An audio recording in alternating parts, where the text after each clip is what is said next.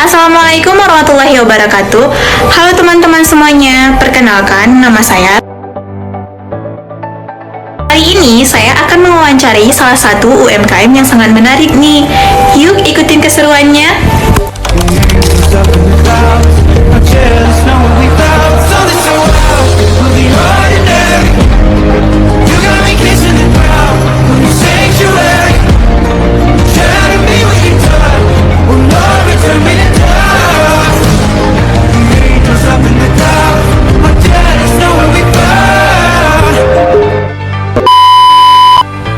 Pada video ini saya akan membahas analisis strategi dari salah satu UMKM yang ada di sekitar kita, yaitu pedagang es teh manis yang berjualan di samping Tugu USK atau Universitas Syahkuala.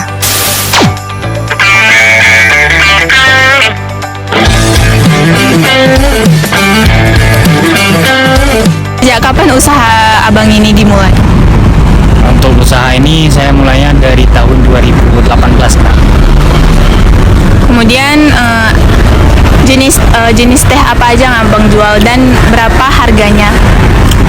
Untuk varian menunya kita ada varian teh dan varian milk tea, Kak.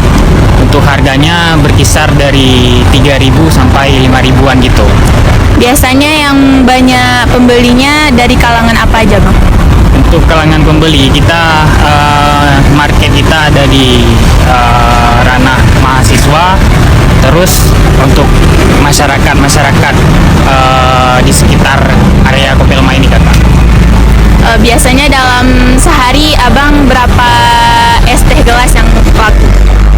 Untuk untuk penjualan satu hari, kalau penjualan normal bisa tembus 1.000 cup. Nah, dari berdasarkan hasil wawancara yang bisa kita lihat di video, pedagang ini sudah mulai menjalankan usahanya secara mandiri dengan menggunakan gerobak sederhana sejak tahun 2018. Jadi produk utama yang dijual itu adalah teh dan milk tea dengan harga yang sangat terjangkau. Target pembelinya sebagian besar adalah mahasiswa, pengendara, dan masyarakat yang melintas di area Tugu SK. Usaha ini dijalankan sendiri oleh pemilik, mulai dari menyiapkan bahan, melayani pembeli, sampai menghitung hasil penjualan itu setiap harinya. Nah, selanjutnya di sini ada analisis risiko eksternal, yaitu risiko paling krusial dari Vestel ini yaitu lingkungan atau cuaca. Risiko utama yaitu ketergantungan usaha terhadap kondisi cuaca dan lingkungan sekitar. Jadi berdasarkan video wawancara, pedagang es teh ini berjualan di area terbuka tanpa bangunan permanen.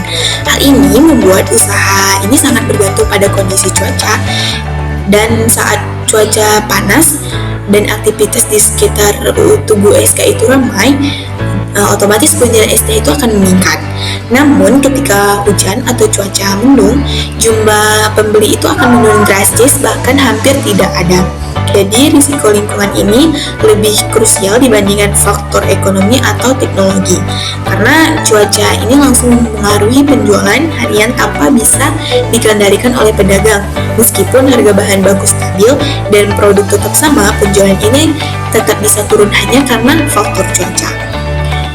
Nah, dampak terhadap kelangsungan UMKM ini, pendapatan itu akan menjadi tidak stabil dan sulit diprediksi. Jika cuaca buruk ini berlangsung beberapa hari, pedagang ini akan berisiko kehilangan penghasilan harian yang menjadi sumber utama kebutuhan hidup. Ini menunjukkan bahwa faktor lingkungan ini sangat menentukan keberlanjutan UMKM ini seperti pedagang es teh.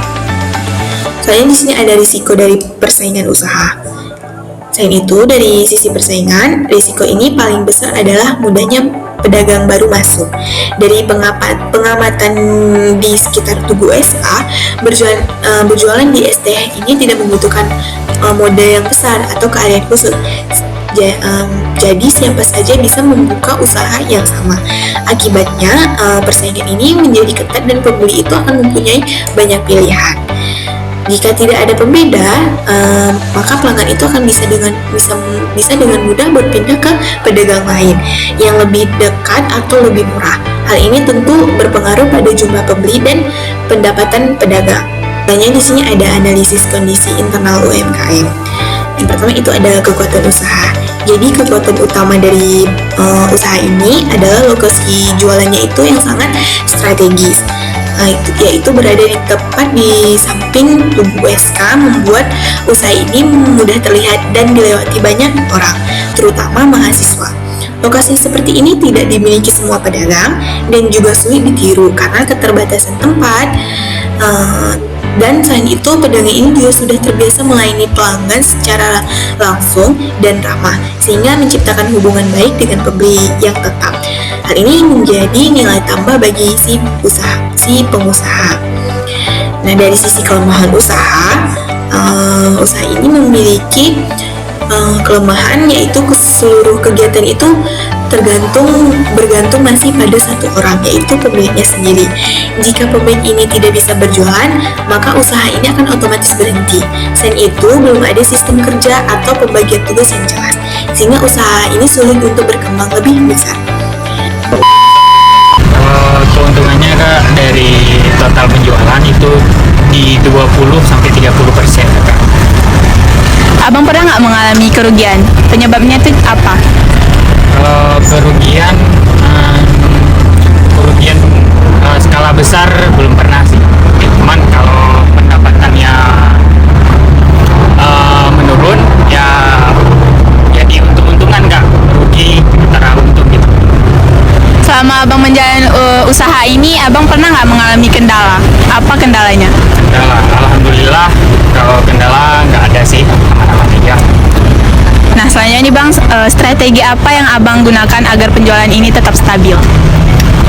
Kalau untuk strategi, kami tidak menaikkan harga di tengah kondisi masyarakat yang seperti ini Kakak.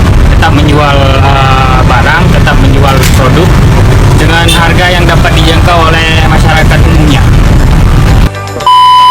Nah, untuk pilihan strategi usaha berdasarkan kondisi eksternal dan internal, strategi yang paling tepat bagi si pedagang ST ini yaitu dengan bertahan di Red Ocean, dengan tetap bersaing di pasar yang sudah ada dan produk yang sederhana, kemudian dengan harga yang sangat terjangkau.